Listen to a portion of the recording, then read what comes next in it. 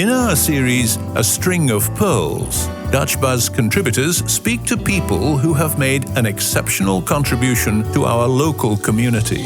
People whose passion for what they do have had an added value for the city of The Hague. Dutch Buzz interviews Herco Visse, advisor at The Hague's International Center, the municipality service for the internationals living and working in The Hague.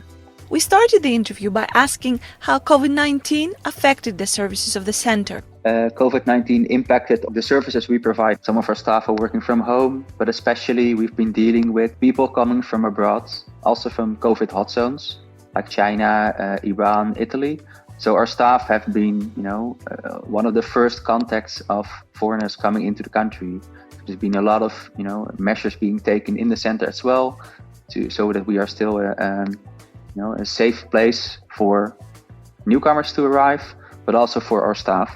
Because you can imagine if we have infections as well, we cannot provide the services we want anymore. So the services we provide are very limited. We've moved events online. The daily help desk we would have is now only accessible by phone or by email. In general, we've seen a big effect in the international community. We've done 2 surveys on the impact of COVID-19 as well in the international community. What do you hear by the international clients? How COVID has affected them? The Dutch people can still move to their family. However, if you're from abroad, you have to deal with quarantine regulations. You're instructed not to travel. Some people haven't seen their family for a year now. And second to the travel restrictions is, of course, quite often internationals are here for a job. And right now there's a lot of job insecurity. People are not sure how COVID might affect their employer, but also their specific job. Because we've seen a lot of a move towards more digitalization. Some companies are actually shutting down their offices in the Netherlands, for example, moving abroad.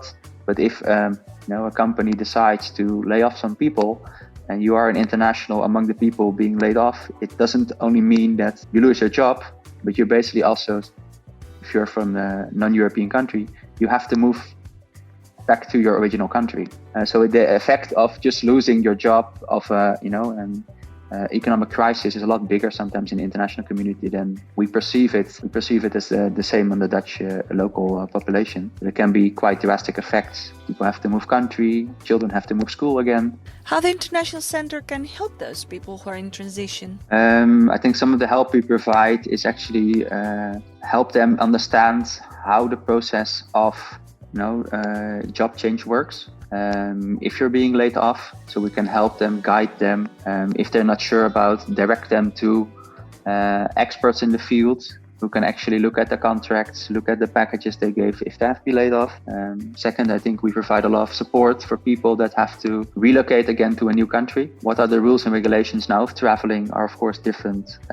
What do you have to arrange when you leave the country? But also there's new initiatives popping up about training people from one sector to another, where we can inform internationals about what's happening. But especially as well is a lot of people came for one employer to the Netherlands. And if they lose their job or if they're not sure about their job security, we can also inform them about the other players in the field. Maybe competitors, but maybe also sectors where they're in need of their skills, but where people are not aware of. For example, if you work as an IT engineer in the oil and gas sector, which is being hit quite a lot by the low oil prices because of COVID, you can still work as an IT engineer in a totally different sector. You don't have to leave the country, you can switch their jobs. But quite often internationals came for a specific employer. So they're not sure about how to look even for jobs, how applying to jobs works in the Netherlands, how the resume of an American is not fit for applying for a job in the Netherlands, for example. What is the target audience? The target audience is especially people with a highly skilled background. So what we call in the Netherlands the knowledge economy. So think about multinationals, the big international tribunals in The Hague, but also people working for universities, startups. But the information, the events we have, they're open to all people coming from abroad and having questions about living and working in The Hague. What is the biggest challenge of your work so far? I think the biggest challenge in work is that the traditional view we have of expats is changing very fast. So the idea of employee of a multinational who every 4 or 5 years changes country to country is a seasoned expat. And we've seen this change in a few years towards more internationals coming here for startups. And then the startup they don't even have an HR department. So there's no support available. We've seen a lot of people coming in for universities. So think about PhD scientists, but also, a lot of people doing postdocs. They're younger. They get less support from employers because we all think, the world's becoming more mobile. It is acceptable for a lot of students right now as well to move to another country to gain new experience, but also to learn a new language. And this is happening in the world of expats as well. That's why we are sort of talking about internationals and not expats anymore, because we see that the community has become so diverse, but also it has an effect on our work. We get questions about topics we didn't get questions about before.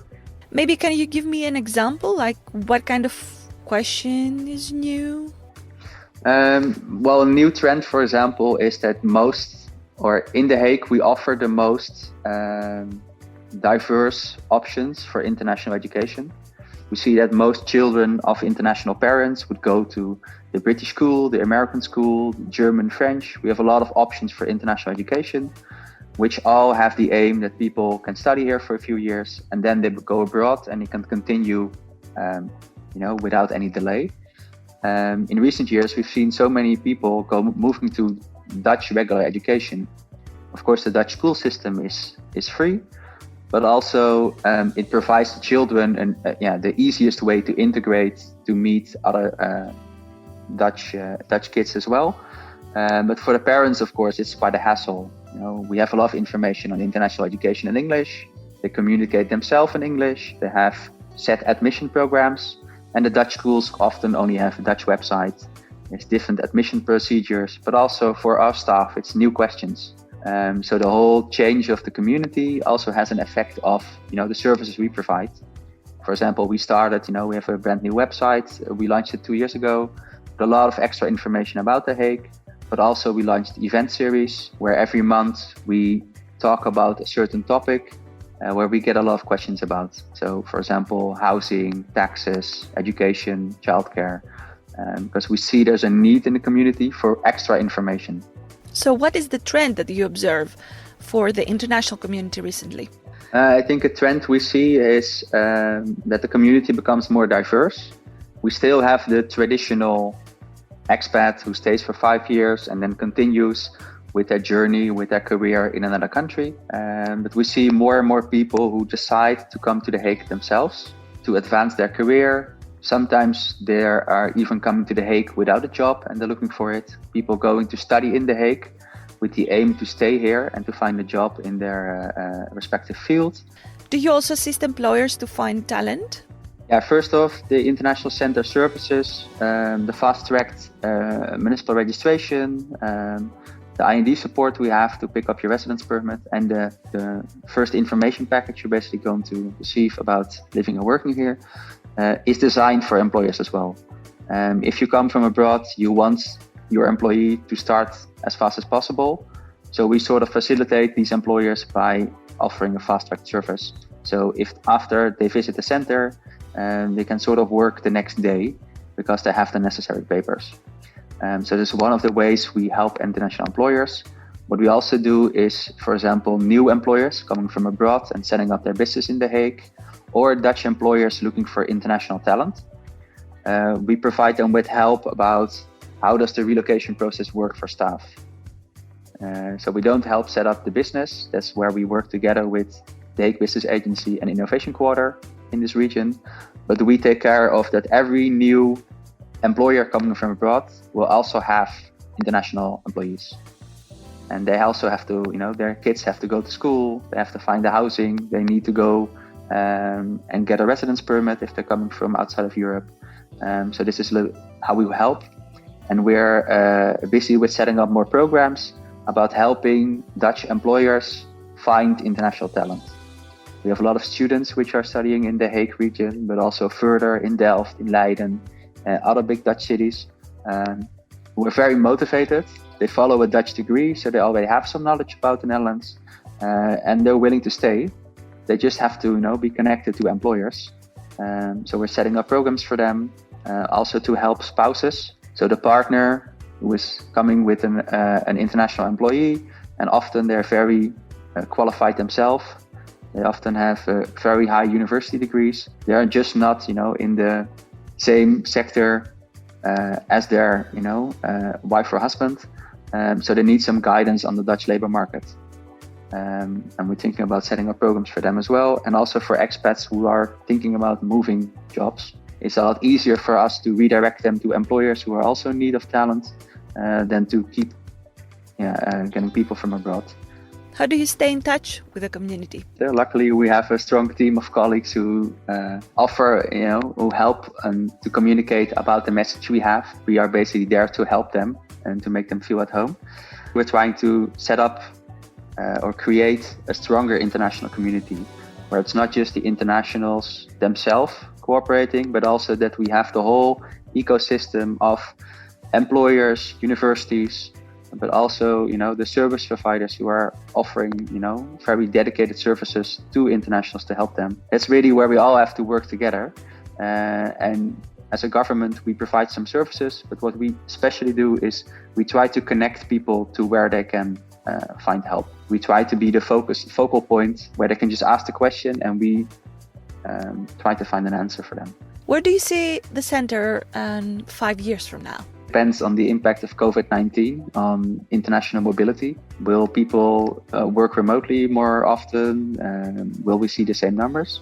But I think in 5 years, what we hope to do is to be a little more the center of this ecosystem, where people really go to one office to get all the answers. And I hope that we are going to set up more help for employers who are looking for talent, because I think we can offer more help to internationals already living here and to connect them really about, we have the supply, we have the demand. Let's create a space where we can connect them so we can basically retain internationals more. What are the problems that internationals communicate with you mostly? Now, I think right now in COVID-19, we get a lot of questions about people wanting to move to the Netherlands, but they're trying to find out the ways around travel restrictions, immigration problems. And in general, most of the questions we receive are about government services.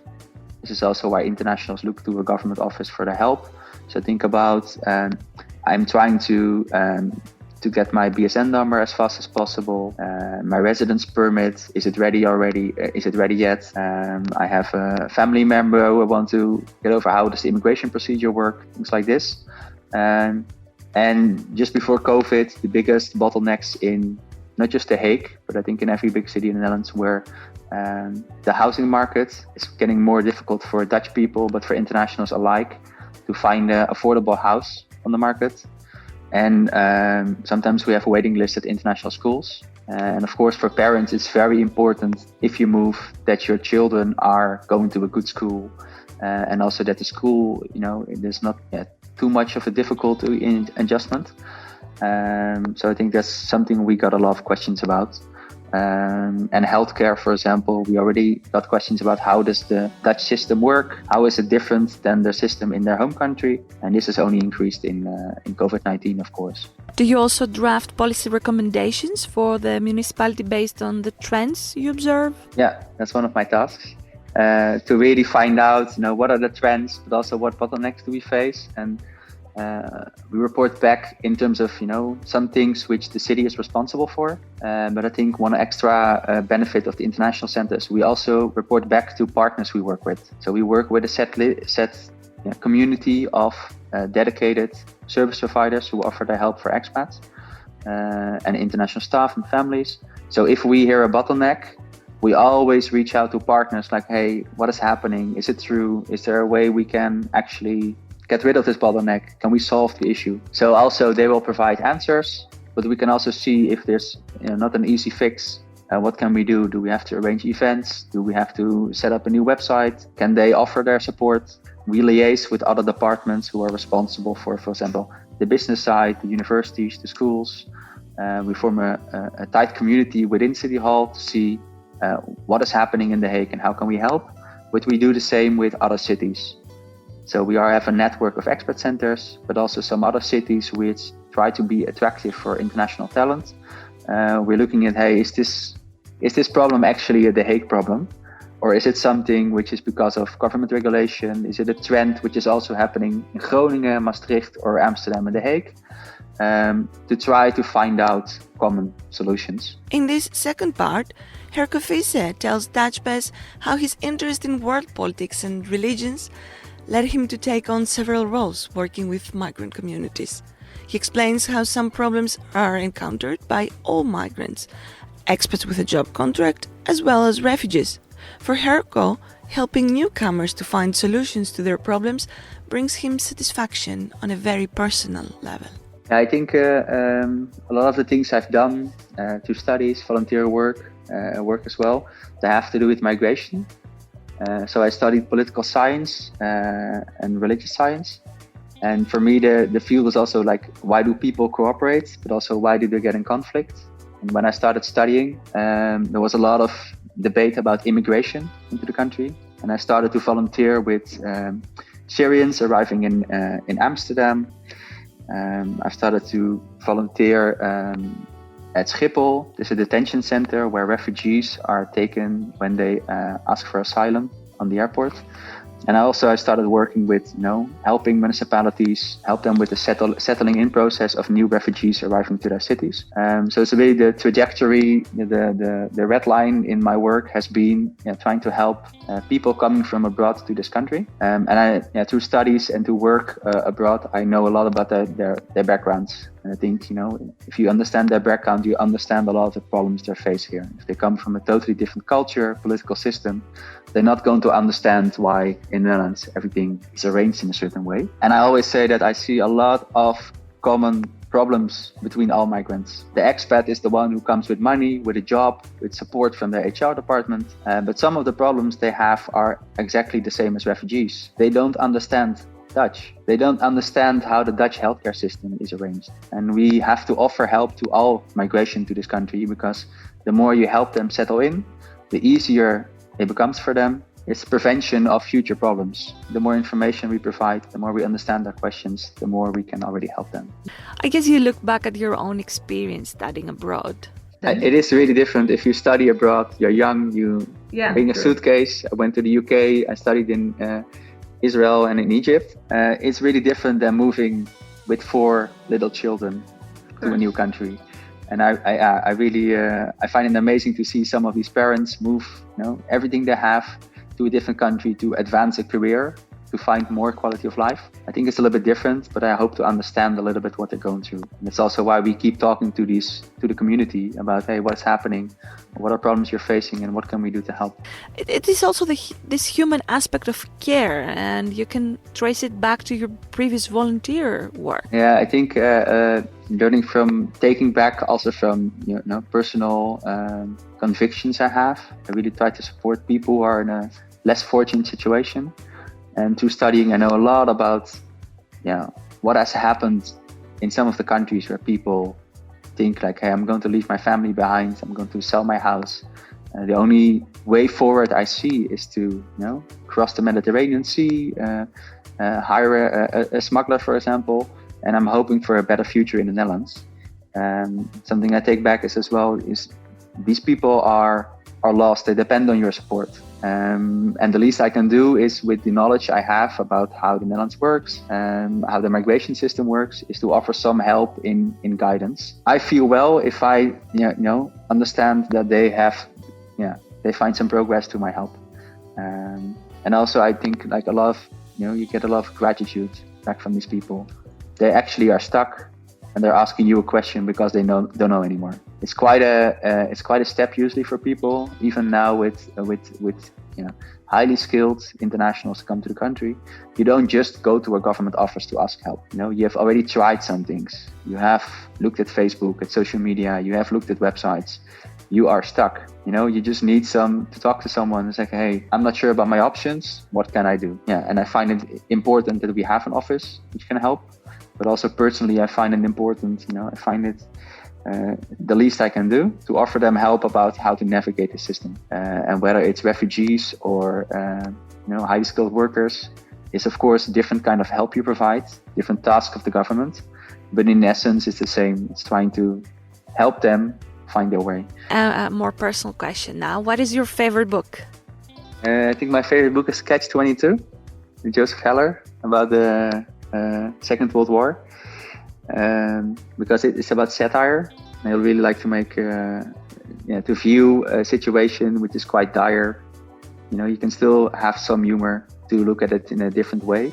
And I'm very, interested in war and peace. So it's a book that, looks at the topic of war from a perspective like, hey, how weird is actually that we are at war? Like just from a human perspective, like it's absolutely ridiculous. It's also about bureaucracy, which is my day-to-day work. And sometimes I don't know why we're doing some things, and you get stuck yourself because you're trying to find a way out for someone. And you didn't fill in form A, so you cannot progress to B. I think this book addresses a lot of these common issues. Is humor a big part of life? I think you have to, take life a little bit light. A lot of stuff is happening about it. It's good and bad. And sometimes, to process it yourself, you have to look at it from the bright side, but also to find the humor in things. What is that object that you have always on your desk and has a special meaning? We usually have a clean desk policy. Now, I think I'm always, I have a lot of pictures of places I've lived, but places I visited for holidays, places I'm from, but also artifacts from these places. He might have a clean desk policy, but the travel photos and memorabilia betray his passion for the world outside of the Netherlands. We internationals are lucky to have such an ally at City Hall. Herke Visser, advisor at the Hague International Center, was speaking to me, Elena Gjolle, for Dutch Buzz.